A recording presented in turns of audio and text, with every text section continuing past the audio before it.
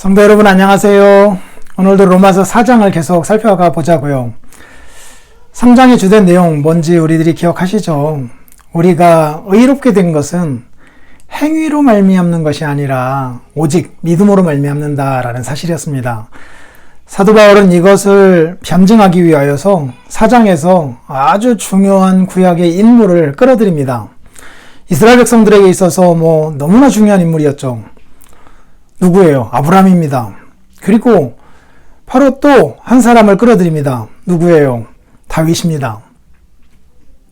그 사실을 우리들이 여기서 살펴보게 되는데, 아브라함이 창세기 15장 6절에 하나님께서 아브라함이 하나님을 믿으니 하나님이 그것을 의로 여기셨다라고 말씀을 하셔요.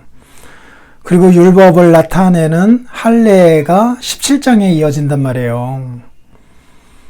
그러니 할례를 통하여서 아브라함이 의롭게 된 거냐, 아니면 하나님을 믿었기 때문에 하나님이 그를 의롭게 여기셨다라고 하는 말씀에 근거하여 그의 믿음이 그가 의롭게 되었다라고 하는 사실을 입증한 거냐라는 질문을 사도 바울이 던지는 거예요.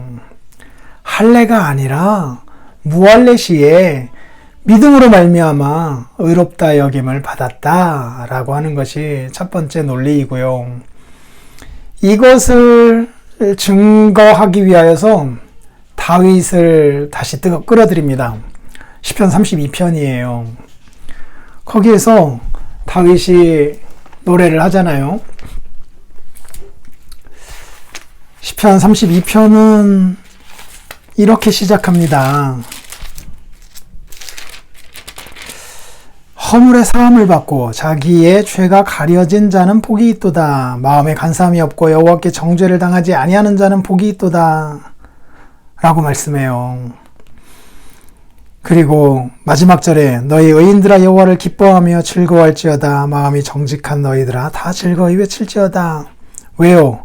그 전절에 악인에게는 많은 슬픔이 있으나 여호와를 신뢰하는 자에게는 인자하심이 두루리로다. 라고 말씀을 하고 있어요.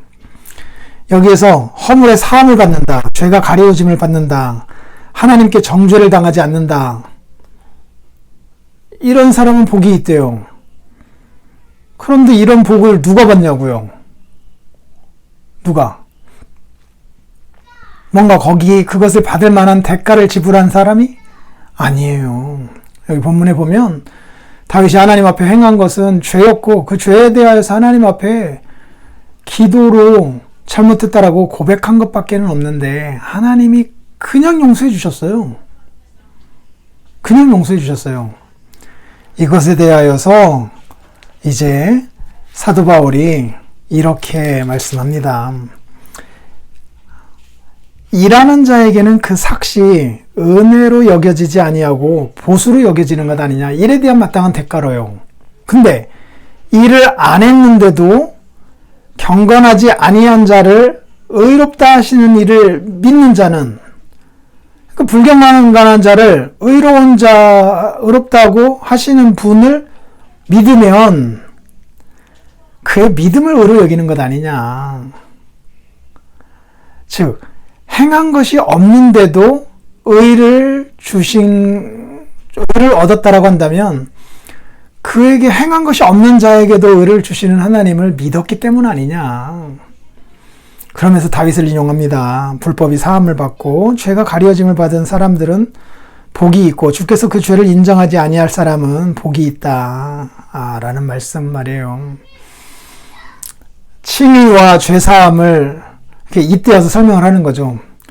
죄를 짓긴 지었지만 죄를 사함받을 만한 이유가 그에게는 없어요.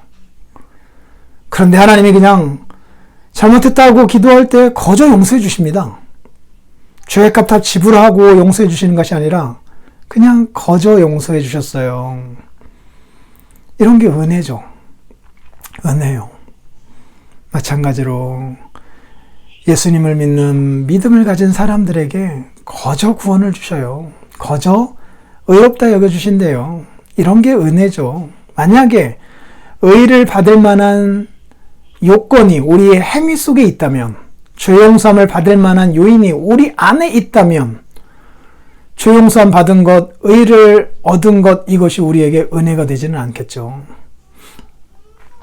그래서 우리는 은혜를 받고 살아가는 사람들이래요. 그리고 그 은혜를 주신 이유는 믿음 때문이지 행위 때문이 아니래요. 거기에 마땅한 행위를 해서 얻은 거라면 그냥 보상으로 여기며 살래요. 거기는 은혜가 있을 수 없죠. 그러나 행한 것이 없는데도 은혜를 주신대요. 복을 주신대요. 그것이 은혜이고 그 사람이 해야 할 일은요, 자기 행위 자랑이 아니라 이런 은혜를 베풀어 주신 하나님을 자랑하며 살아가는 거죠. 복음이 이 사실을 강조한대요. 그래서 행위 때문이 아니라 믿음으로 살아가는 자를 하나님이 어여삐 여기신대요. 그들이야말로 진실로 거저 주시는 하나님을 자랑스럽게 여기며 찬양하며 살아갈 수 있기 때문 아니겠습니까? 한번 묵상해 보시면 좋겠습니다.